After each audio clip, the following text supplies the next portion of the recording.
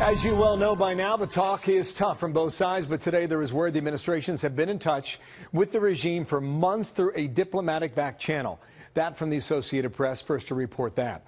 AP National Security Editor Bradley Klapper with me now. He edited the story. And Bradley, welcome here on this Friday afternoon. Fascinating material here. Tell us when the back channel began, based on your reporting.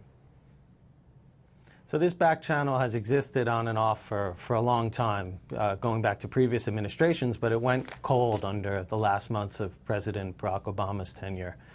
But shortly after Trump became president, it was reopened, and it started within weeks of Trump's presidency. There was a lull for a little while during a U.S. review of North Korea policy. And then in April, it really picked up again as the North Koreans reached out because of Otto Warmbier's fate. You'll remember Otto Warmbier was a 22-year-old college student who was detained in North Korea.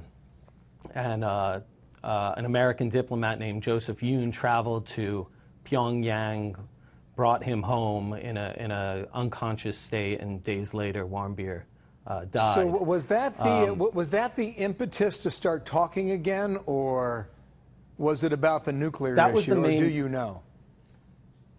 That was the main U.S. focus at the beginning. The U.S. was determined to bring Warmbier and other Americans who are detained in North Korea home.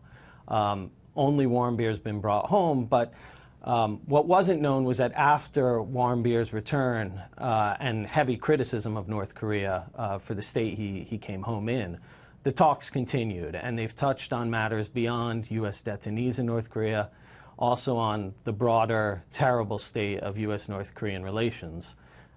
We can assume that must mean nuclear matters as well, though you know, officials and people who know are being very cagey about what exactly has been discussed. Okay, Joseph Yoon, you mentioned him. He's the U.S. envoy to North Korea. We got a picture of him, put it back on screen here. They call it the New York Channel. Tell me about Yoon. Tell me about the channel.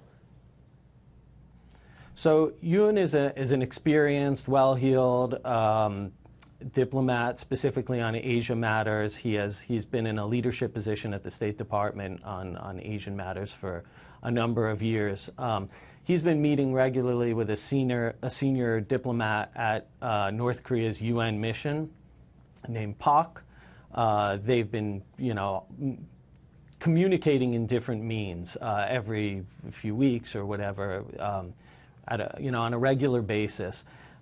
Sometimes it's just messaging, sometimes it's deeper conversations or exchange of information. Rex Tillerson's involved in this deeply, as you also know. What he has said or is referred to as, we can start negotiations, but you have to stop firing missiles and end the testing. What do you believe, based on your reporting, ultimately North Korea wants from this? Is it money or is it something else? I think North Korea has bigger goals than money, or in the past it was food aid. Their nuclear program has advanced so much in the last years that the kind of old proposals of food or loosened sanctions would really kind of placate them. What they ultimately want is a peace treaty with the U.S. You may recall the U.S. and North Korea don't have any formal peace treaty. They don't even have diplomatic relations. Another thing they want is an end to U.S.-South Korean military exercises that take place every year, and which the North thinks is a rehearsal for a war designed to overthrow the Kim dynasty. Yeah, in the past it's been money, and that's been about the answer. Whether or not that's the case this time, as you point out, we will see. Interest in reporting. Bradley Klapper, thank you, from the Associated Press. Good to have you on our program today.